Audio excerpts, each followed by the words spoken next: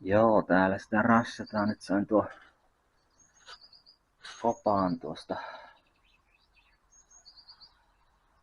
jakopään kopaa irti ja mä tein tämmösen ei kun pahvasta tämmösen. Pistin nuo poltit oikeaan järjestykseen tuohon. Tosin ne nyt oli yhtä pitkiä, siinä oli yksi pitempi tuolla keskellä, tai kaksi. Että välttämättä ei tuota olisi tarvinnut tehdä sitten tää jakoketju. Näyttää aika hyvälle, mutta tää on jo vähän löysällä tää öljypumpuketju.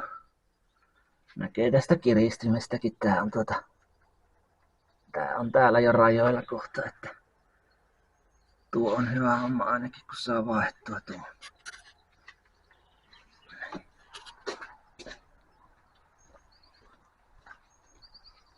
Täällä on tää koppa. Koppa täälläkin näyttää ihan hyvälle. Tosin tää kampiakselin tiiviste on aika kovettunut jo, että hyvä homma kun tämänkin saa vaihdettua. Tää ilmeisesti on vielä pitänyt, mutta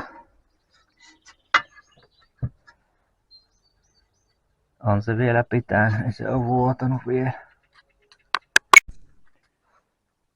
Joo, täällä on sitten tää sylinterin kanssa. Mä rakensin tämmösen millä saa nää venttiililukitukset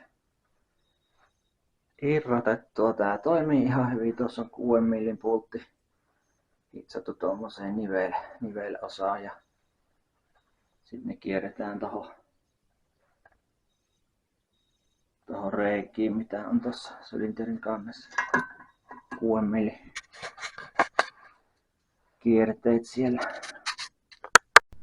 Täällä on nämä jakopääosat. Näyttäisi vaan, että nämä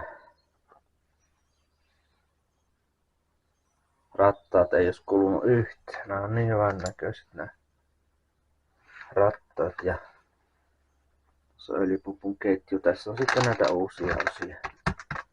Ketjuja, rattaat ja kaikki nuo uudet.